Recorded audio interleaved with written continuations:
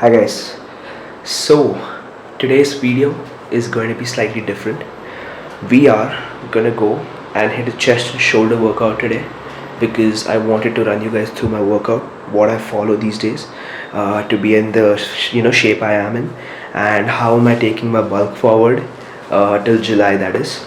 So yeah, let me bring you through my process. I'll show you a bit of the workout splits that I follow, the exercises that are helping me on a day-to-day basis, as well as the diet which I follow, as well, and shouldn't say as well as once more, but yeah, the diet which I follow, and certain tips which I can give you from my side if you're someone who's starting off in your bodybuilding career, not bodybuilding career, like it's starting it as a hobby as well as trying to take it seriously, right? So stay tuned till the end, like, share, and subscribe. What I normally do eat before I go to the gym is a little bit of carbs. So it can either be through bread, rice, or roti. I think any three of those work wonders. So basically, have around, if you're having bread, for example, have around 4 to 5 slices. That will give you 300 to 400 calories in your system. And yeah, you can combine that with banana as well as peanut butter, and then I think, yeah, that will be enough for you to fuel your workout. Trust me, it makes a huge difference when you have a certain amount of food and then you go to the gym. You feel more active, you feel more energized, you can push more weights. So just try it and let me know if it works. And yeah, right. So before I go to the gym, I wanted to break it down for you guys when it comes to my diet. Right now I'm at 66.6 or 7 kgs, and I am following a diet with 200 to 300 calorie surplus, so around 2800 to 2900. How you find out your calorie intake is basically by, you can go to any online website of a calorie calculator, add in your details when it comes to your height, your weight, then you can find a certain amount of calories which you need to have for maintenance. Now add 200 to 300 calories to that and you will be on a surplus. Don't overdo it, because I overdid it till a certain extent and I have gained a lot of fat, and it's not good, right? So right now I have reduced it and I'm only on a 150 to 200 calorie surplus. Don't overdo it. It's gonna only make your process worse when you're coming, when it comes to you cutting. I was originally skinny, so for me, I think cutting isn't really a hard process. I can get it done within a month, and if I don't eat properly for like 4 to 5 days, I start seeing my abs again.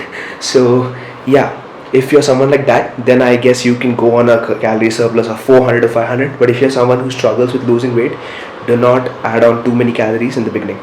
I see this question a lot from a lot of people who I talk to as well, that should I start creating right when I'm starting to work out and stuff. Bro, I genuinely feel like if you are someone who's taking creatine, take it after 3 to 4 months of workout, because it's like your final resort, the last thing before you go on steroids, right? So maximize whatever gains you have before that. Eat a lot, stick to the basics, have your protein, have your calories, and after maybe 6 months to 1 year, when you see that you can achieve more and you get used to the normal things, then start taking supplements. All right. However, if you are someone who like doesn't want to wait and wants to hurry in the process of getting a physique, then I feel like you can go ahead with it.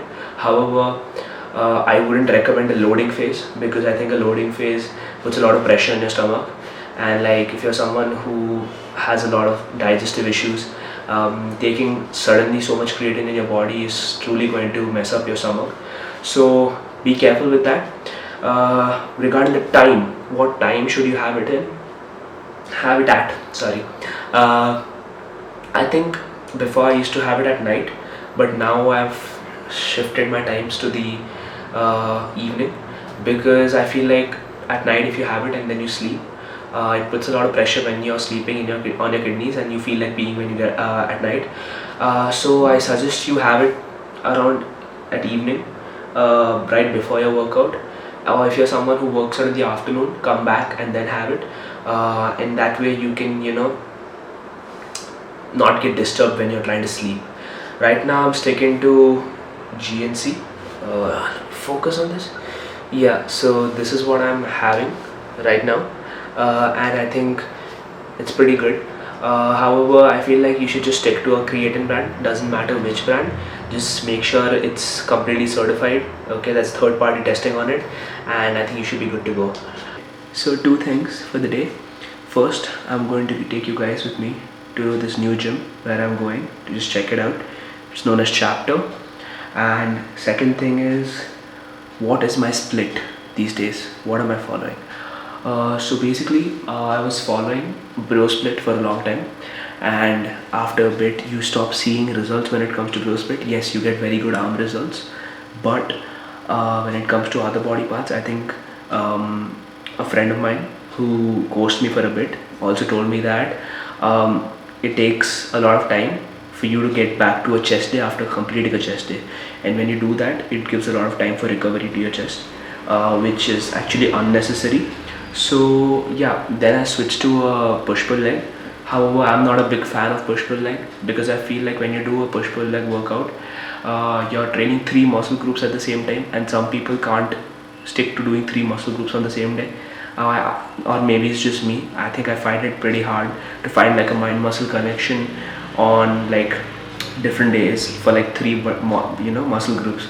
So what I've done right now is very similar to like a push pull leg, but it's a 4-day split. I train chest and shoulders on one day, arms, then I train back, and then I train legs. Sometimes what happens is on my chest day, I think today is going to be one of those days, my shoulder movement, shoulder press gets postponed to the next day, which is my arms day, because after I lift so much with my chest, I think it's impossible for me to go for my top weights when I'm doing my shoulder movements as well.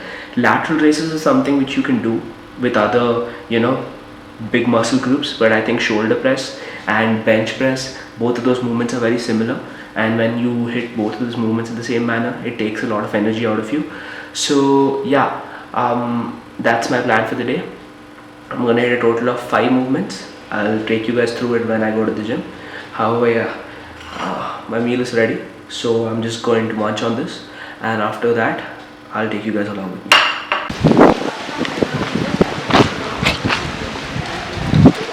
Hey, bhai. This is Jimmy. Right, so we are here at Chapter. So the movements which I'll be going through today is first incline dumbbell, after that incline Smith, then I'll be going for the pec deck machine if there is one over here. Let's see if the machines are even present, and finally I'll end it off with a little bit of dips and lateral raises, and yeah, that should be today's session. Now this video will transition to me in between the sets.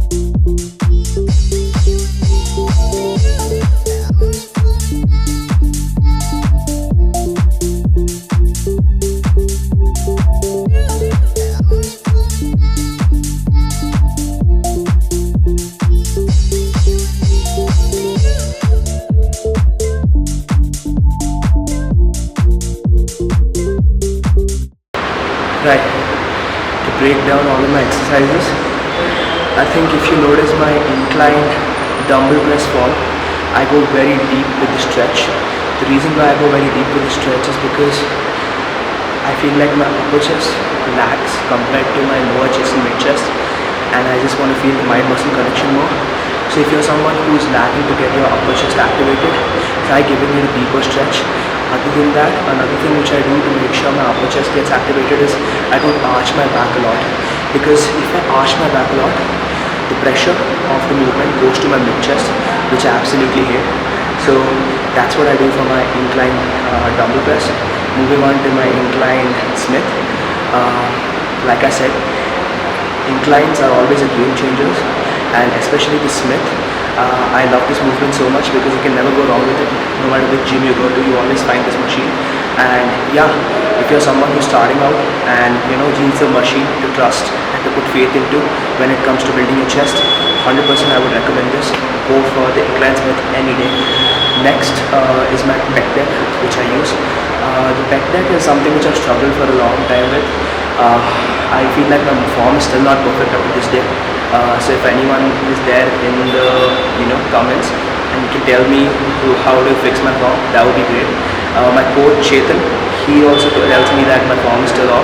However, I try my best to make it as normal as possible, so that the pressure goes to my mid chest. And then my dips. Normally I do weighted dips, maybe 5 kg, 10 kg if I am doing it on another day. However, after I finish my whole chest day, I'm not able to push that much, so I just do body weight dips for now. But yeah, I have to build my strength with respect to that. Other than that, I ended with the lateral raises. And yeah, I feel like for lateral raises, you can either go for cable raises on the days you want to equally focus on your lateral deaths. But if you feel like you're in a hurry and you need to get things done quickly, then I feel like you can go for the normal dumbbell ones. Why I prefer dumbbell ones over the cable ones is mainly because of time. Because cables are something which are not really available in the gym, and it's always occupied by other people.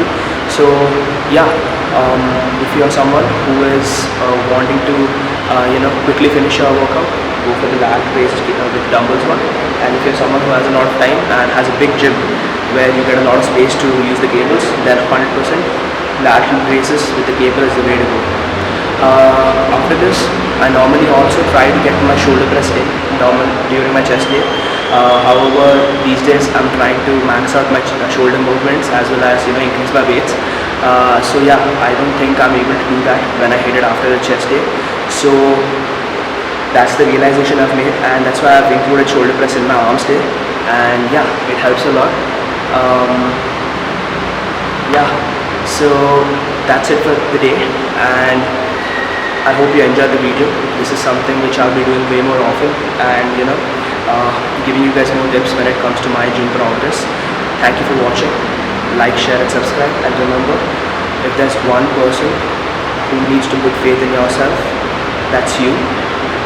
Bet on yourself and keep moving forward and keep moving towards your goals.